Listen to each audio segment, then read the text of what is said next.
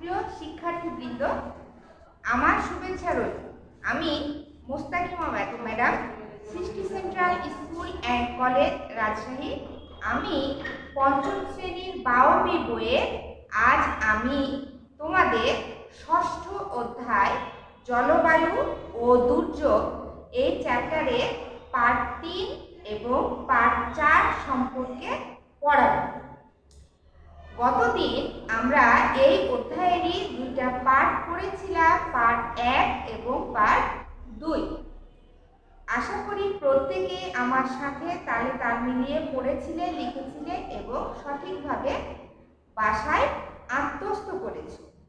যাই হোক, আর কথা না বাড়িয়ে আজকের ক্লাস আমি শুরু করছি।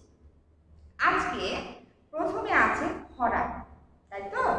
তুমি তোমার পাঠ্য বই 52 পৃষ্ঠা বের করো। এইখানে এই 52 পৃষ্ঠায় এরকম তোমার একটা চিত্র পরিলক্ষিত হবে, তাই তো?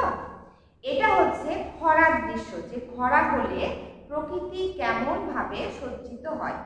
এই ক্লাসটা যদি তুমি করো তাহলে তুমি আজকে যে সকল বিষয় শিখতে পারবে তা হচ্ছে, লক্ষ্য করো, খরার ফলাফল সম্পর্কে জানতে পারবে, ভূমিকম্পের সময় করণীয় বিষয়সমূহ সম্পর্কে জানবে। অর্থাৎ আজকে আমরা খরা এবং ভূমিকম্প সম্পর্কে সুস্পষ্ট ধারণা পাবো। তো দেখো, সবার আগে তোমাকে যেটা জানতে হবে সেটা হচ্ছে খরা কি।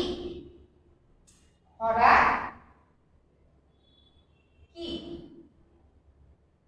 খরা কি এর উত্তরে তোমার বইও আছে, লক্ষ্য করো, দীর্ঘদিন ধরে শুষ্ক আবহাওয়া, অপর্যাপ্ত বৃষ্টিপাত এবং অল্প সংখ্যক নদী থাকার কারণে মাটির উপরের স্তরের পানি নিচে নেমে গেলে তাকে খরা বলে। আবার বলছি, লক্ষ্য করো, ধরো, দীর্ঘদিন ধরে শুষ্ক আবহাওয়া, অপর্যাপ্ত বৃষ্টিপাত এবং অল্প সংখ্যক নদী থাকার কারণে মাটির উপরের স্তরে পানি নিচে নেমে গেলে তাকে খরা বলে। ঠিক আছে? এই খরা সাধারণত দুইটা কারণে হয়ে থাকে। একটা হচ্ছে প্রাকৃতিক কারণ, আরেকটা হচ্ছে মানব সৃষ্ট কারণ। প্রাকৃতিক কারণগুলো আমরা কিন্তু অলরেডি সংজ্ঞার মধ্যে বলে ফেলেছি। তিনটা কারণ, একটা হচ্ছে শুষ্ক আবহাওয়া, 2 অপর্যাপ্ত বৃষ্টিপাত, আর 3 অল্প সংখ্যক নদী। আর মানব সৃষ্ট কারণগুলোর মধ্যে আছে গাছ কেটে ফেলা। তোমার বই লক্ষ্য করো, গাছ কেটে ফেলা, অধিক হারে ভবন নির্মাণ, যার ফলে উপরের স্তরে কংক্রিট তৈরি করা হয়। এই কংক্রিটের কারণে কিন্তু কি হয়, পানির স্তর নিচে নেমে যায়, পানি উপরে উঠে আসতে পারে না, ফলে পানি ধরে রাখতে পারে না কে? মাটি। আর একটা কি, কলকারখানার মাধ্যমে বায়ু দূষণের প্রভাবে তাপমাত্রা বৃদ্ধি। এই হচ্ছে কারণ। তাহলে খরার আমরা কারণ পেলাম কয়টা? 2টা। এবার আমরা পড়ব খরার ফলাফল। খরার ফলাফল, খরার ফলাফল তোমার পাঠ্য বই লক্ষ্য করো, চিত্রটার নিচে খরার ফলাফল বইয়ে আছে 4টা, সিটে আছে 5টা, দিয়ে নিচে একটা মন্তব্য লিখে দিতে হবে। আমি তোমাকে 5টায় পড়াচ্ছি। কি? পুকুর, নদী, খাল ও বিল শুকিয়ে যায়। কি হয়? পুকুর, নদী, খাল ও বিল শুকিয়ে যায়। ঠিক আছে? 2 মাঠে ফসল ফলাতে কষ্ট হয়। যেহেতু খরা, আর ফসল ফলানোর মূল উপাদান হচ্ছে পানি। পানি যদি না থাকে ফসল হবে কি করে? সেটা বলছে যে মাঠে ফসল ফলাতে কষ্ট হয়। গবাদি পশুর খাদ্য সংকট দেখা দেয়। কি হয়? গবাদি পশুর খাদ্য সংকট দেখা দেয়। খাবার পানির অভাব দেখা দেয়। আর লাস্টে যেটা দিবে সেটা হচ্ছে শ্রমজীবী মানুষ কাজ করতে পারে না। 5 নাম্বার পয়েন্ট কি দিবে? 5 নাম্বার পয়েন্টটা দিবে শ্রমজীবী মানুষ। শ্রমজীবী মানুষ কি করতে পারে না? কাজ করতে পারে না। কাজ করতে পারে না। শ্রমজীবী মানুষ কাজ করতে পারে না। এই মিলিয়ে মোট তুমি 5টা পয়েন্ট দিবে। তারপরে নিচে মন্তব্য দিবে যে সুতরাং খরার প্রভাব মারাত্মক, যা যান ও মালের ব্যাপক ক্ষতি সাধন করে। এবার আসো 53 পৃষ্ঠা। 53 পৃষ্ঠায় বলছে বর্ষা মৌসুমের প্রধান ফসল হচ্ছে কি ধান? আমন ধান। বলছে শতকরা 17 ভাগেরও বেশি এই খরার কারণে নষ্ট হয়ে যেতে পারে। এবার চলে আসো 54 পৃষ্ঠা ভূমিকম্পে। এখানে লক্ষ্য করো ভূমিকম্পের একটা চিত্র কিন্তু তোমার বইও আছে। এই যে দেখো ভূমিকম্প প্রবণ এলাকা, এই এলাকাগুলোকে তিনটা কিন্তু রঙে বিভক্ত করেছে, মানে তিনটা ভাগে। এটা হচ্ছে অধিক ভূমিকম্প প্রবণ, এটা মধ্য ভূমিকম্প প্রবণ, এটা হচ্ছে মৃদু ভূমিকম্প প্রবণ এলাকা। ঠিক আছে, ভূমিকম্প মানে ভূমির কম্পন, অর্থাৎ ভূপৃষ্ঠের কম্পনকে বলা হচ্ছে ভূমিকম্প। এখন বলছে যে ভূমিকম্প যদি হয়ে যায় বা হয় সেক্ষেত্রে কি ধরনের ক্ষতি সাধিত হয় বা আমাদের কি ধরনের ক্ষতির সম্মুখীন হতে হয়। এই দেখো ভূমিকম্পের চিত্র তোমার বইও আছে, সেটা বড় করে দেখানো হচ্ছে। ভূমিকম্পের চিত্রটা দেখো, আর এটা হচ্ছে ভূমিকম্পের চিত্র। ভূমিকম্প হলে কি ধরনের সমস্যার মুখোমুখি তুমি হবে, এটা হচ্ছে তার একটা ছবি। এখন বলছে 55 পৃষ্ঠায় বড় প্রশ্ন, সেটা হচ্ছে কি ভূমিকম্পের সময় করণীয় বিষয়সমূহ।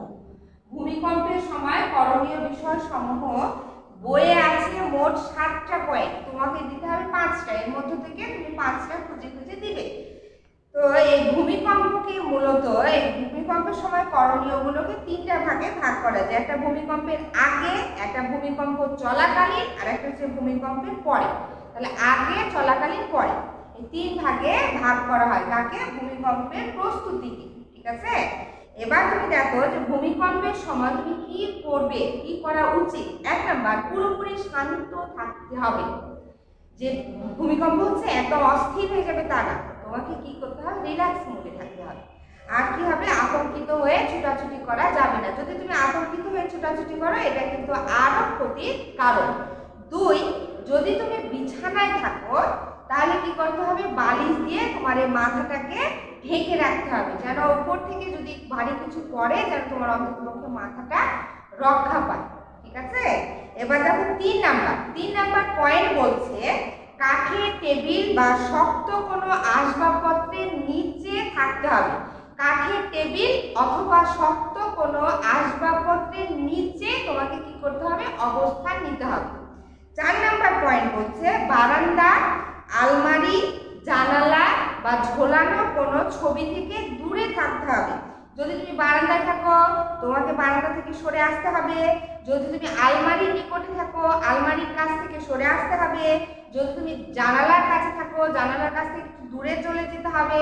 এবং ঝোলানো অনেক বড় বড় ছবি থাকে না, এই ছবিগুলোর নিচে তোমাকে অবস্থান করা যাবে না। তাহলে এই 4টা জিনিস তোমাকে স্মরণে রাখতে হবে।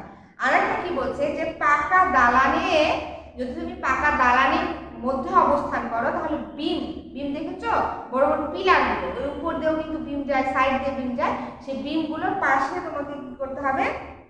দাঁড়াতে হবে। আর একটা কি বলছে যে ভূমিকম্প থেমে যাওয়ার পর তোমাকে কি করতে হবে? সারিবদ্ধভাবে খোলা জায়গার নিচে অবস্থান নিতে হবে। কারণ তুমি জানো একবার যদি ভূমিকম্প হয় 2-1 মিনিট পর কিন্তু পুনরায় ভূমিকম্প হওয়ার সম্ভাবনা থাকে। সেজন্য কি করতে হবে? সারিবদ্ধভাবে, হুটোপুটি করে না, ছোটোপুটি করে না, খুব সুন্দরভাবে সারিবদ্ধ হয়ে লাইন হয়ে তোমাকে খোলা আকাশের নিচে অবস্থান নিতে হবে।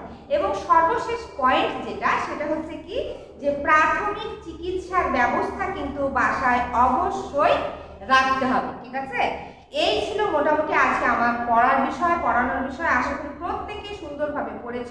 এখন তোমার কাজ কি? হ্যাঁ, এখন তোমাকে আমি হোমওয়ার্ক দিচ্ছি, হোমওয়ার্কটা লিখে গ্রুপে পোস্ট করে দিবে।